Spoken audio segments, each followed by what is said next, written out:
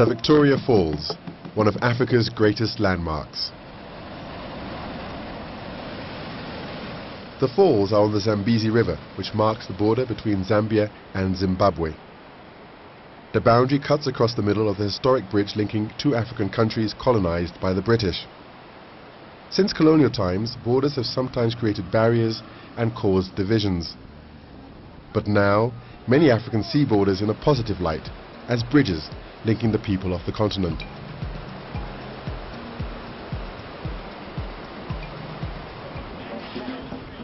Today, the Victoria Falls Bridge is a busy working border.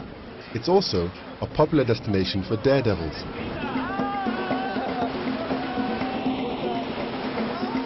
The European colonial legacy has been a patchwork of boundaries which has divided the people of Africa. It's also created tension and conflicts among African states.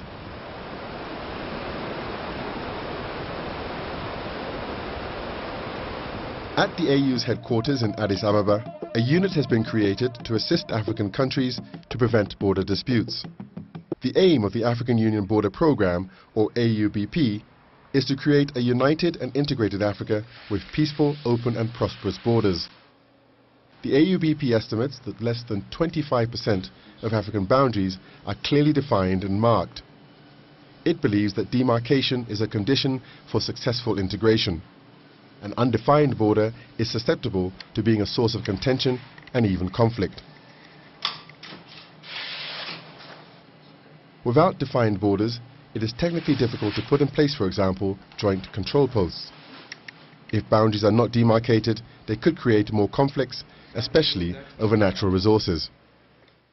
In the 20th century, when the African countries regained independence, they wanted the borders to become bridges and to deprive this particular space, which is very sensitive between countries, to become walls and sources for confrontations and armed conflicts. And that's why they have decided to enshrine the principle of the sanctity of borders inherited by every African countries when they gained independence.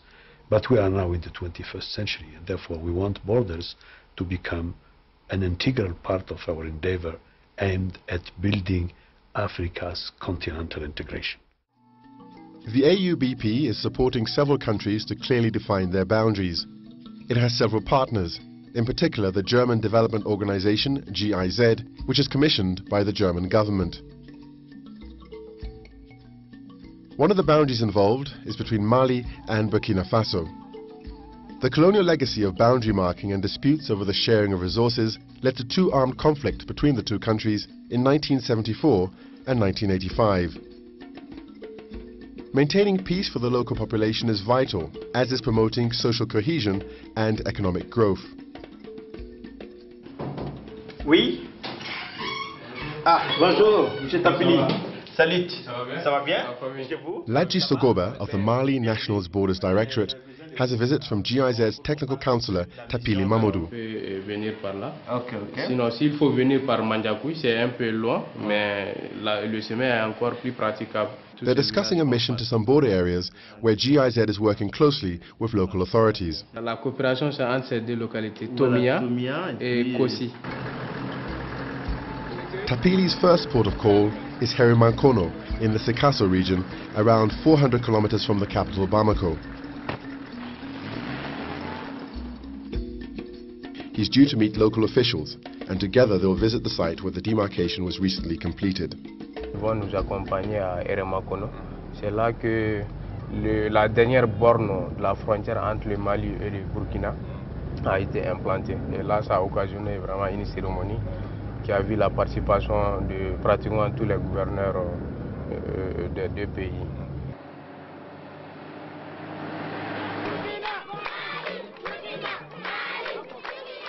The ceremony in Herimankono was a mix of formal and joyful celebration.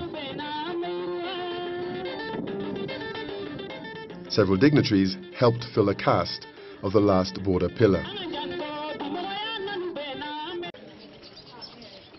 16 months later, Tapili and the sub-prefect from Sikasso, Mohamed Haidra, meet up with local border and village authorities.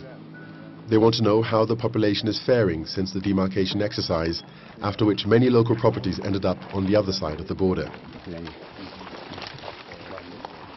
But first, there's that famous landmark to see. Voilà, ça c'est la borne qui sépare les deux pays. Mali, c'est Mali. Hein? Le Mali, ok. Maintenant de l'autre côté, le Burkina. Voilà. Sinon, dans les habitudes de nos populations, ça n'a rien changé. Ça n'a rien changé. Et certains de nos populations ont leurs champs au Burkina, ils vont cultiver. Certains du Burkina aussi ont leurs champs au Mali, ils viennent cultiver au Mali sans encombre, il n'y a pas de problème. Heri Makono is part of a remote border region where the Senufu people live. They share kinship, economic ties and cultural traditions across the national boundaries.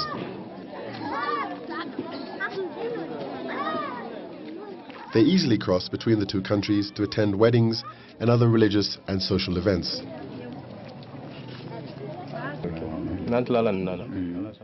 As part of his tour, Tapili also attends a meeting with community leaders. They are keen to discuss how to build even more trans-border cooperation following the demarcation exercise. Mali is a highly decentralized country, and local and regional authorities have a big say on the future of their areas. Such local initiatives are welcomed nationally. Je peux dire que la coopération entre le Mali et le Burkina aujourd'hui, avec la volonté politique qui existe, doit faire tache d'huile. Parce qu'après des conflits bornés entre experts des deux États, ensuite aller à une intégration, vraiment, moi, je pense que c'est un exemple à suivre par les autres États africains. The concrete border posts between Mali and Burkina Faso are spaced out at regular intervals. On the next leg of his journey, Tapili travels to the villages of Wanyan in Mali and Waraki in Burkina Faso, the scene of cross-border violence a few years ago. This area is inhabited by the Boa people. Wanyan and Waraki have around 1,200 inhabitants each.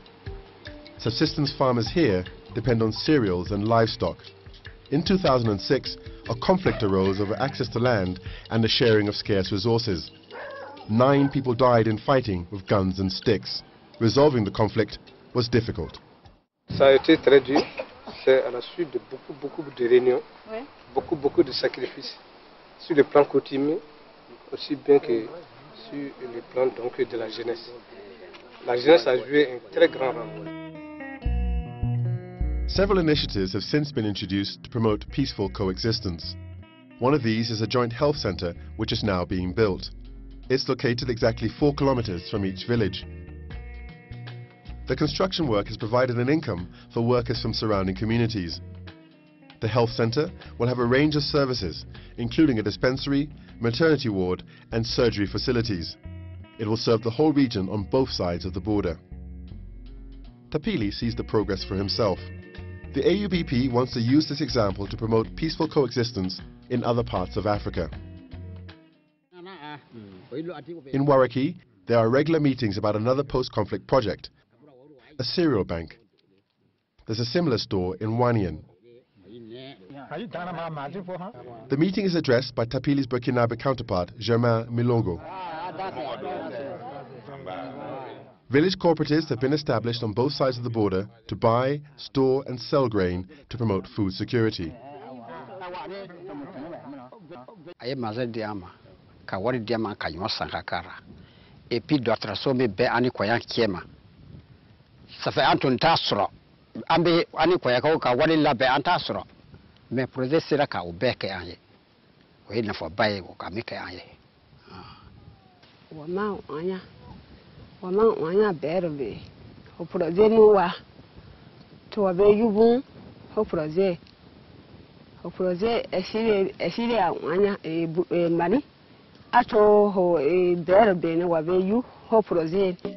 Ensuring peace is one of the ultimate goals here, and this depends largely on access to food.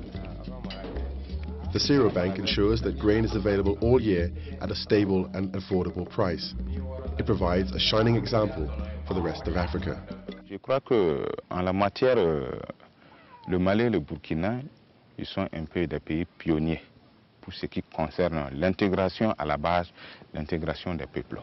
Alors, ça peut être une image, une expérience à revendre. Dans ce sens que d'autres pays peuvent s'en inspirer pour, en tout cas, juguler un certain nombre de problèmes qui se trouvent au niveau de leurs frontières. Alors vraiment, c'est une expérience. Tout dépend de la manière dont ça sera capitalisé et reversé au reste du monde.